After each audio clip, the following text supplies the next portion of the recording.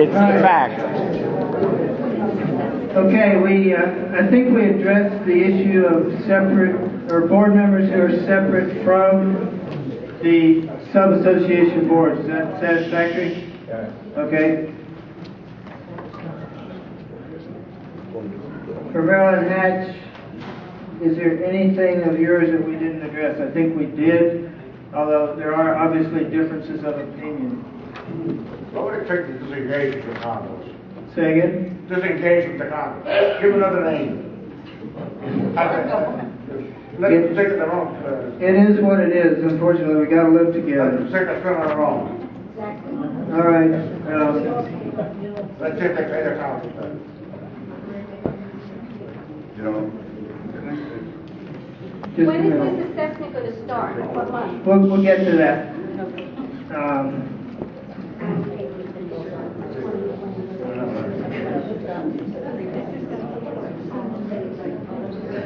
Okay, as far as Mr. Diodatos' remarks, I basically can't agree with you more, but we're trying to make sense. Can I just say one thing, please? Yes. I wasn't aware that the condos, which I'm a part of, I'm paying them my money. I expect them to be paying you on time. You're entitled to that. Now, I'm asking our condos, why aren't you doing this? Why aren't you paying them money? Why? Because of that one man there. Thank you. Norman, do you want to address that? Do you want to address that question? It's not easy. We collect our assessment that includes the master portion of the master fees. When we collect it, we pass through the master portion. When we collect it on the 10th, by the 10th of the month, we supply them an accounting, we send them a check. It was the master association that suggested, through a previous board member, a current board member, that we set up an accounting. The master association, I think through the treasurer, approved this accounting. No, it wasn't. Never. Okay. Never. I have the floor. He's I know got you the do. floor. All right. Now, so it came back to the condo board that we will give you 3 checks. In 3 times. You are supposed to, according to your documents, pay by the 1st, late by the 10th. Where did you get the words pass through? Where did you get the words pass through? He's answering somebody a question. Okay, we've been there. Thank you. So anyway, Tony, This is what we're up against. we provide an accounting to the master association of every This is unit exactly what we're up that pays their condo one assessment. A portion of that assessment is the master fee. When we collect that assessment, we give it to the master. There are insinuations that we don't pay them on time, we don't do this, we don't do that. It's merely fabricated and something that people went out there. Excuse me, now let me address Tony's question, because he answered Tony's question. Read your documents. It'll tell you they are supposed to pay the master on the 1st of the month, late by the 10th. They are supposed to collect all the money from the people of previous months. This is why we're in court. We're in court for It's in your documents. Mr. Cappello, I would ask, One at a time. I would ask every condo owner that's here, how many are here? Raise your hands. That's one hell of a representation for the condos. Read your documents yourselves, Okay. and then go to your board and see what he's doing. Can I just ask a question? Sure. That's all we're asking. And I don't want We're all to pay the money tired of either. it. Just to put things in perspective, as of the end of last year, Condo 1 owed $17,000, so to speak. What did we owe as of your last accounting? 11,000. 11,000 for this year. This year, from January to current. Okay. Okay, that's like August. That's August. Okay. Now, but not to say, we absorbed Mhm. through our financially in last year's version from May to December. Because the last time I spoke to you was on June 16th, Right. and we had discussed how much we owed. And on that date, we owed you like $19,860. That was including the $17,000 that you had already That's approved correct. That was for. from May of 2010 Right. through June when we spoke, correct? Correct. That's when he So spoke. at that point in time, we had only shorted for the monies we did not collect, almost $3,000 for the year, From January through August, through June. through June. Correct. Which you and I had talked about. So what I'm saying is, we are remitting at least 90 units per month. We are shorting about anywhere from 5 to 6 units depending on what we collect. So we are remitting 90 units per month on an average to the master board. Why can't you remove 100%? They don't pay us, we can't pay through. Well, you're supposed to make it up then. No, This they'll is- hold us You're supposed to make it up, or what's the This is what the whole, It's ridiculous. yeah, let's go on. That's not his interpretation. This is why we have It's to a go matter to of court. interpretation. I read their documents. I urge them all to read it. It says if anyone doesn't pay, it becomes a share of the other people. And that's what you have to do. Whoever doesn't pay, like the villas do. We Okay. take the money and we pay for it. Just one more. We're getting 90 units, and there's a shortfall every month, and we're holding back. We're in court, right? Till we get the thing settled in court, if you feel we're going to lose, let's just pay it. Whatever, no, the full amount, let's make up for the shortfall. Can't do Until it, we they settle it. She's saying that their lawyers are suggesting if they do that, we can say case. Well, otherwise, other than that, I'm the lawyer. All right, Hey, Richard, yes. just the following. Your audit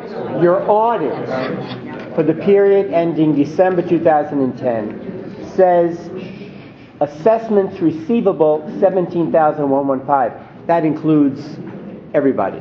That was last year, Yes. yes. Now, as of August 31st, I'm only reading what it says on paper, 16,982. When I talked to the treasurer, because I couldn't get the September books, I said, what is it up to Couldn't get now? them, they weren't available. She said it was about 18,000, okay? Now I hear the number 11. Could you please make sense out of the difference John, between... as I One told goes you- from, John, look, You're- one goes from May of last year, which we absorbed, they still owe the money. We absorbed it through the Master Association. They didn't pay us that. But if we're talking January through current, we're saying 11. And again, every time you talk, the snapshot is somewhat different, if you're not referring to the same page. On the first of the month. Rich, may I just say another statement? Do you people here understand how childish we all are beginning to sound in here? Question. How much longer is it going to take these lawyers to bleed us so we can come up with a decision to satisfy the condos, to satisfy the rest of us? This is ridiculous. It's going to go on, and every time a lawyer talks to you, it's so many dollars an hour. Let's get it over with. Okay, I agree with you, that's obviously clear. But if you look at the long term, if we don't have some kind of interpretation, excuse me, this is going to continue to come up. We need an interpretation. And I agree, it's painful. Okay, Herb Seth suggested that we get a summary of what everybody has tonight. We'll try to provide that for you. And as far as what went on in mediation, everyone who was part of the mediation was enjoined from discussing it. But I can tell you in simple terms, there was a lot of back and forth. It went on for 12 hours. And at the end, lawyers were inserting language without even asking the parties, and there was no agreement. There was a list of non-binding positions that neither side agreed to. There was a signature, and at the top it said non-binding, and the purpose of that was if we continued, we had a place to start from, but it was not an agreement. Does anybody have a question about that? Yes. The lawyer who represents the master board, is that person licensed specially to do real estate law? The firm has members who, as far as I know, are. That particular lawyer... Association lawyers. Are association lawyers, yes. Because I think we should have somebody who only does real estate law. Well, the firm doesn't only do real estate law, but the lawyers that we're working with chiefly do real estate law, and we have two who do nothing but. And they're the ones that do the details. Yes.